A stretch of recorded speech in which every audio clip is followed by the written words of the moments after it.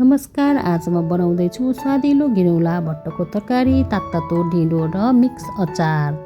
यो भिडियो अन्तिमसम्म हेरेर साथ दिनुहोला है त। लाइनु साथीहरू, म किचनमा बस्ने बित्तिकै मेरो छोरो किचनमा आइहाल्छ। आएपछि लाइनुस कता कता के चलाउन लाग्छ। फेरि छिटो छिटो गरेर आफ्नो काम हाल्नु उसिन्नेलाई अचारको लागि। लाइनुस यताउता हिँडेको हिँडै। लाइनु साथीहरू, आफै भिडियो बनाउने, आफै भाँडा माझ्ने, अब आफू एक्लै छु।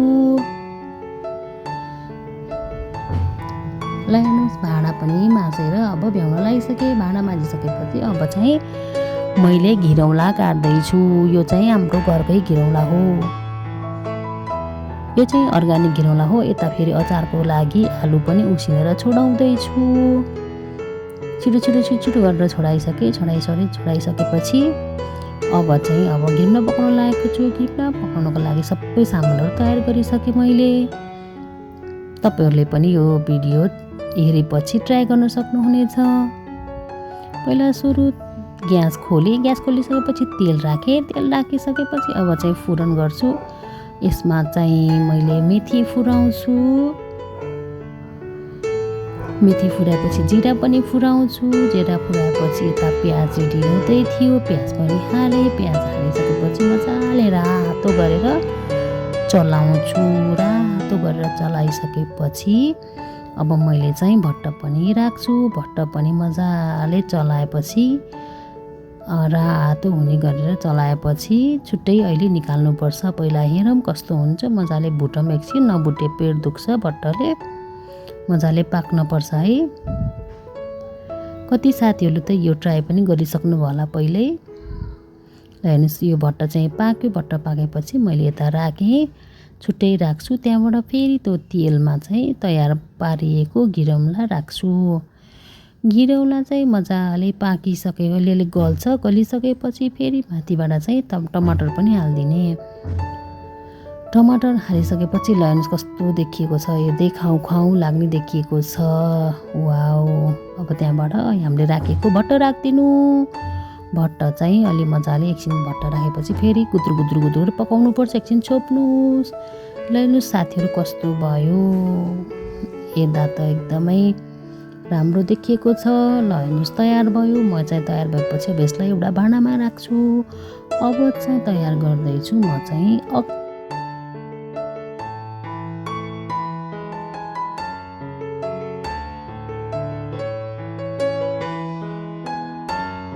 यो चाहिँ आलु र प्याजको हो मिक्स अचार। मिक्स अचारमा चाहिँ प्याज मलाई पनि एकदम मनपर्छ।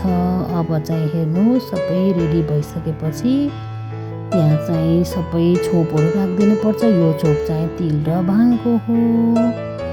तिल र भाङको छोप हालिसकेपछि यसलाई मजाले झान्नुपर्छ। झान्नको लागि पहिला प्यान बसाले। प्यान चाहिँ तातो हुने गरेपछि तेल राख्नुपर्छ। तेल राखेपछि यहाँ खुर्सानी पनि रेडी छ।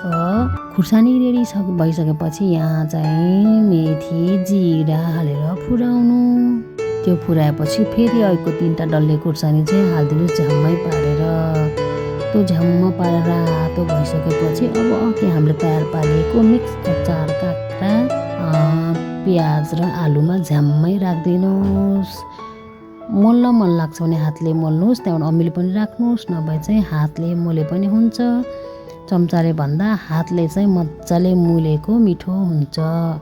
मैले पनि हातले गजम पारेर मोल्छु। ल हेर्नुहोस्। हेर्नु त यसरी मोलेपछि सबै अमिलो पिरो सबै छोपहरू भित्र पनि पस्छ। यति गरेपछि यो पनि अब लगभग तयार भयो। यो चाहिँ मिक्स अचार। ल तयार भयो है त। तयार भएपछि मेरो यो सानो छोरोलाई अचार भनेपछि एकदम मनपर्छ। ऊ चाहिँ खानलाई रेडी छ। त्यहाँपछि अब म ढिँडोको लागि तयार गर्छु। ढिँडोको लागि यता पिठो पनि रेडी छ। हेर्नु साथीहरू, ढिँडो पकाउनको लागि पहिला सुरु थोरै पानी हाल्ने, त्यहाँबाट थोरै पिठो हाल्दै घुमाउँदै गर्नुपर्छ। यो चाहिँ मजाले चलाउनुपर्छ। ओडाल्नुपर्छ भन्थ्यौँ हामीले चाहिँ। पहिला चाहिँ हामीले ढिँडो ओडाल्ने भन्थ्यौँ। मजाले ओडाल्नुपर्छ। अनि मजाले चलाउँदा मजाले पाकेपछि बल्ल यो अलि रातो रातो कालो कालो हुन्छ। यसमा चाहिँ कोदो मात्रै छैन, फापर र गहुँको पिठो पनि मिक्स हो। ल हेर्नु साथीहरू कति मजाले भयो है। अझै घुमाउनु है, जति सक्दो घुमाउनु पर्छ, जति सक्दो पकाउनु पर्छ है। यो ढिँडो चाहिँ नभए पेट दुख्छ। ल हेर्नुहोस् ढिँडो पनि तयार भयो। अब चाहिँ म खानालाई रेडी हुँदैछु। यो मिक्स अचार। अब त्यहाँ पछि खानियो दाल, त्यहाँबाट फेरि आउँछ घिरौला र भट्टको तरकारी, त्यहाँबाट फेरि आउँछ करेलाको अचार। यो करेलाको अचार चाहिँ मैले आज पकाएको होइन, त्यही भएर मैले रेसिपी राखिनँ है साथीहरू। ल है साथीहरू, अब त म चाहिँ ढिँडो मजाले गम खान्छु। खाएँ ल। ल हेर्नुहोस् यम्मी, वाउ मिठो छ ढिँडो। म धेरैमा खाएँ ढिँडो।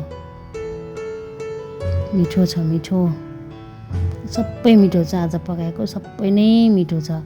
तपाईँहरू पनि यो भिडियो हेरिसकेपछि ट्राई गर्नुहोला र कस्तो हुन्छ भन्नु पनि होला है। र यो भिडियो मन परेमा लाइक, कमेन्ट र सेयर पनि गरिदिनु होला। धन्यवाद।